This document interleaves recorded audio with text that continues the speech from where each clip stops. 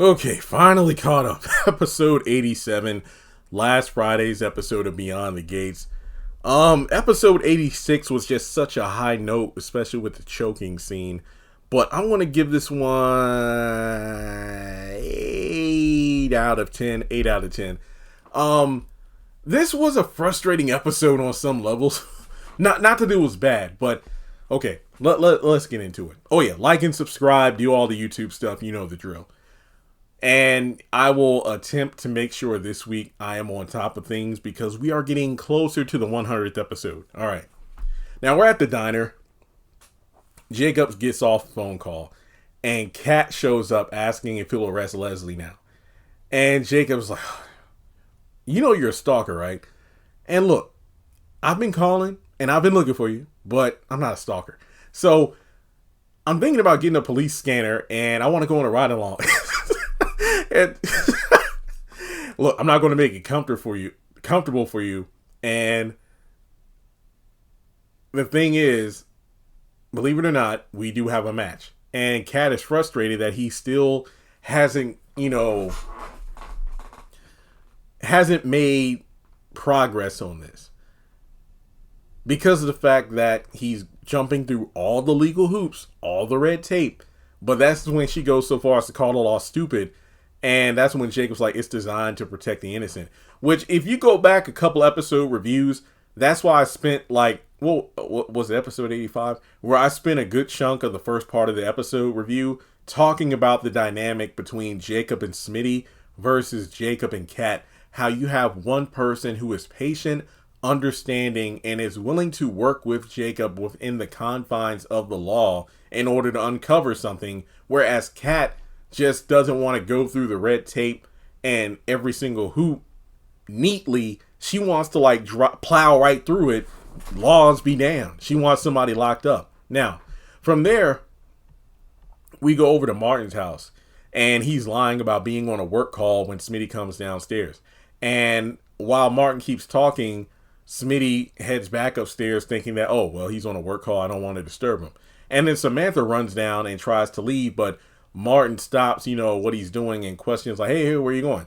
And the thing is, she's being smart-mouthed about, well, Terrell's out there playing chess with a stranger and I'm not going to do what he did. And then that's when he's like, too soon. So from there, she knows that, look, my brother knows about stranger danger and he just didn't think that a chess nerd could be dangerous before inviting him over to the house. So the thing is,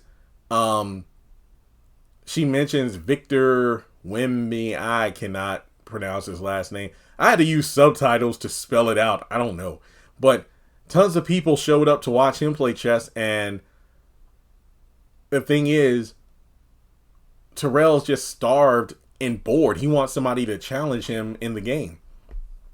Because let's not forget that he's been able to stomp Vernon on several occasions as well. Now, he just goes outside of his normal circle to find a match. Now, from there, Martin's sure Victor had some sort of private security while he was out there. And the thing is, Terrell brought a grown man to their house. So that's when Samantha thinks Kenny was just some nerdy white dude. And she goes on to tell her dad that, look, we're not staying home until we're in our 30s, all right? So I'm just going to watch some squirrels in the park. And then she leaves. And I'm just thinking at this point, Terrell, Samantha, Martin just thrown back into the orphanage. Because this is ridiculous. Now we go over to Uptown and Madison and Chelsea are on a date. And Chelsea mentions how she feels like she's Cinderella living a happy fairy tale ending. But Madison wonders if, we're being too greedy because we're so happy. And she mentions how, you'll love my grandmother. And Madison's like, oh, wow. And I'm thinking to myself, yeah, yet again, you two are moving too fast. So she's like, what if I fail a test or anything?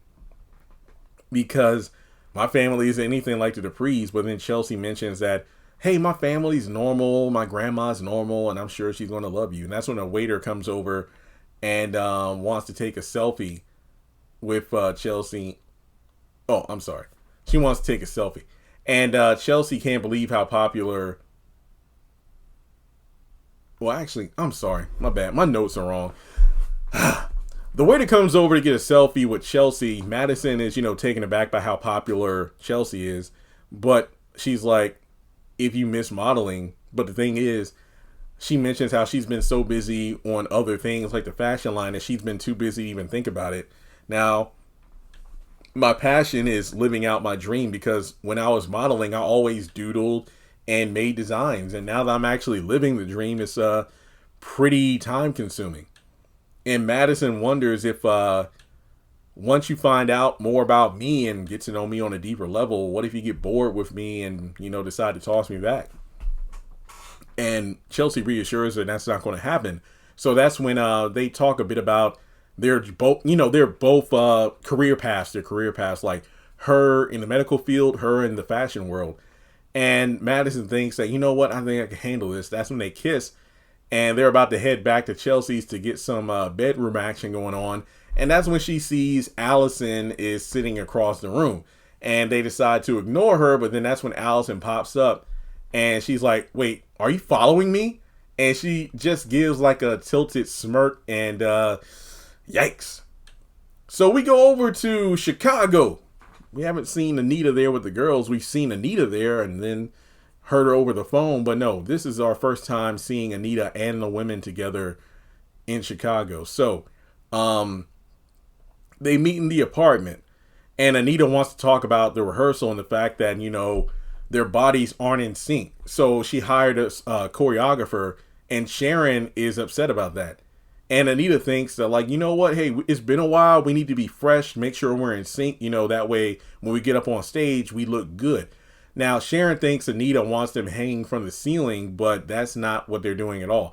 I think that's an interesting nod to all the various artists, that are, currently on tour and whatnot, because you think about Taylor Swift or Beyonce or Chris Brown or whoever. And a lot of these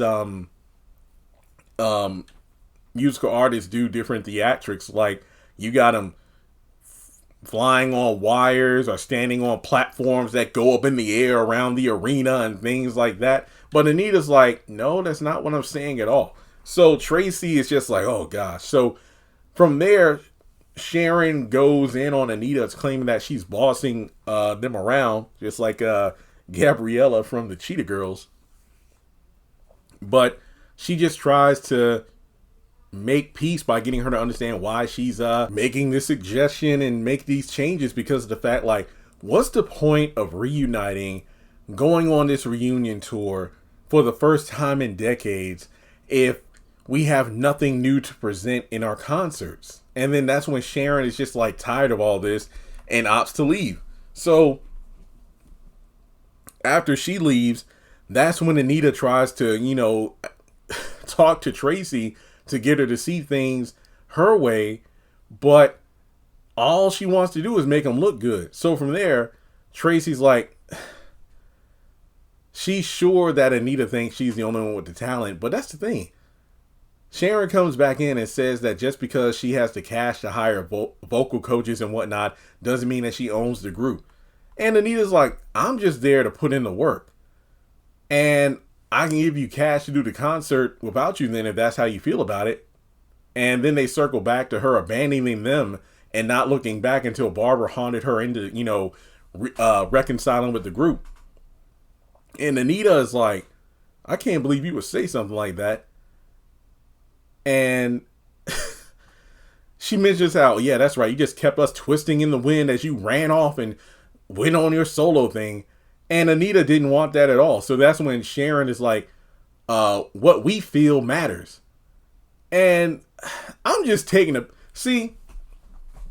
I was having a discussion with a fellow Michael Jackson fan about this not too long ago.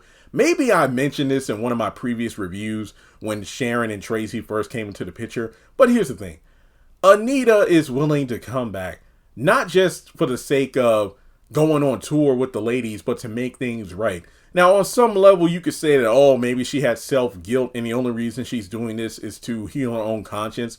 But the fact that decades have passed and she is willing to try to make things right, not only that, going on a tour that she doesn't even need to go on. She's only doing this to, feel those feelings from back in the day, being on stage with her girls and, the crowds and whatnot. Like, it was one thing to be a successful solo artist, but another to be up there with her sisters. The fact that she is coming out of her own pocket to pay for vocal coaches, choreographers, because if you get on that stage, like, we live in the day and age of social media, like, the moment you step on stage, someone's going to film it. It's going to be trending. Hey, the articulates are back. No, they could have kept that. They haven't been moving like they used to. You need to step it up. If Sharon thinks you're just going to get up on stage and sing like you used to sing, but your voices aren't where they were, oh, you are going to get eaten alive. So the fact that Anita is basically making sure that they don't go out there and embarrass themselves, why the hell are you getting in your feelings about it? So what she does say is that what matters isn't just how you feel, but what we're doing right now in the present is what matters. And yeah, most of this is falling on me, but we can't turn back the clock and change what happened. So I was hoping that we can go out there and recreate the magic, but maybe it's really gone. So everybody gets all teary-eyed and they tell her she's committed, but Anita's like, you know what, just get out. And once they do, she cries too. Now, I would have packed my shit and left, because there ain't no way you're going to get on me for bossing you around. Like, I don't know what Sharon was thinking, because if you remember back when they were in the diner, she was telling Tracy how she plans on doing this one show or whatever and then taking off to go solo. And I'm thinking, like, what hype do you think is going to be built from one show? And most people are probably going to come out to see Anita back on stage, and she just so happens to have the other articulates with her. And I mentioned how you're going to go after her, and she's coming out of her own pocket in order to make sure we all look good and sound good. It's just like the Victory Tour and how awful that was for the Jacksons, and why that caused a massive rift in terms of Michael and his family. Like, Michael was the biggest thing since sliced bread at that point in time during the 80s. And he came back as a favor to do the Victory album and tour with his brothers, when he could have went on a Thriller tour. But at that point, Thriller had thrillered out, like it found new life with the music video and whatnot and became the biggest selling album ever. So a tour, while the hype would have been there, I think he was trying to, move into the next album cycle. But in any case, he opted to put a halt to his solo endeavors and do something with his family. Yet it was mentioned how the Victory album and the tour was full of tension and whatnot between the brothers. Here's my thing. If I were one of the lower tier brothers, basically everybody except Jermaine, like, look, don't get me wrong, Jermaine did not have a career anywhere near that of Michael, but he did have a solo career that was semi-successful outside of the Jacksons or the Jackson 5 as a unit. But when you have like Tito, Jackie, Marlon, and Randy, like, any of them having tension with Michael is dumb, because the Victory album was kind of a hot mess because everybody wanted to write, everybody wanted to produce, but it missed the unity of what made the previous albums, like the Triumph album, so great. It's just the fact that the Jacksons is kind of like, the tension of Michael making it big, so everybody felt like they had the right to do their own thing. And the whole album, it's crazy how, because people talk about how Michael's Invincible album, Too Many Cooks in the Kitchen, it wasn't a one cohesive body of work because he had way too many writers and producers on it. The same could be said about the Victory album, because it just felt so disjointed. And I'm thinking to myself, if I were a Tito or a Marlon in that situation, and my brother, who was like as popular, big as Jesus at this point in terms of the world, he comes down to do a favor for the family to help us put money in our pocket. Whatever you say, Michael, who do you want to do the managing for the tour? How many dates you want to do? How do you think this record should sound? I would have been like, hey, I'm just another cog in the machine. Do you? I'll ride the coattails. I'll put in the work you tell me to put in. No more, no less. But the fact that there's tension is just stupid. And I feel the same way about the ladies and Anita. Anita doesn't need this tour. You do. No, I need this tour. I need this. I need the bread. So, you know what? If you want to get us a choreographer, let's do it. If you want to get us voice coaches, let's do it. Because if you think you're just going to like go into the bathroom and practice your vocals and that's going to be good enough, that's not going to make it in this day and age. So the fact that Anita is still dealing with this BS, despite as much time has passed since they've been in Chicago, this is just foolishness. And like I said, Anita ought to just pack up her bags and get the hell out. So we go back over to the diner. Smitty walks in and sees Jacob and Kat. And Smitty goes to get his food, and Kat wonders what's going on between them. And he tells, and it's like, none of your business. And then Kat just ups and leaves. So from there, they discuss the Martin situation and how complicated it is. And that's when Jacob can't turn a blind eye if Martin's somewhat involved with this.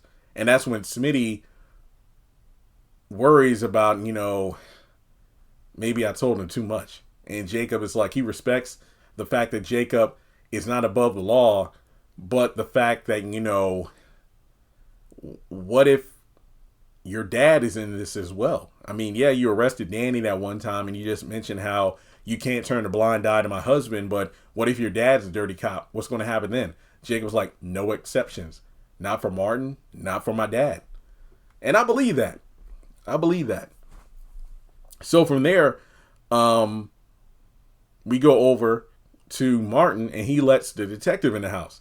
And he mentions how Kenneth just checkmated himself. Timu Shaft tells Martin to leave the cleanup and the mess to those who are equipped to handle it. And the reason Martin is having this conversation is because he wants police protection for his family. And he'll pay and do whatever it takes. That I just want to make sure that my family's protected, but at the same time, my family doesn't know they're being followed. And Marshall assures them that, look, don't worry, they'll be protected. And the men shake on it. And that's interesting because hopefully Marcel isn't doing detailing due to the fact that Smitty is writing this piece on him.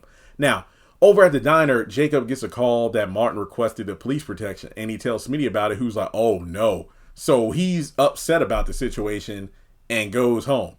And that's when Martin goes to the park because remember, Samantha said she was going to like feed squirrels, and then finds her with Kenny. And it's like, oh snap. So that's pretty much how the episode ends, and that's pretty messed up because remember how Kenneth told Martin how your daughter's really cute a few episodes ago. So hopefully Martin doesn't crash out in the park like his mom did to Leslie in the diner in the last episode. But with that being said, folks, that is the last episode review that I need to catch up on. Catch you later after today's episode 88 drops at 2 o'clock, and I'll talk to you all in the next video.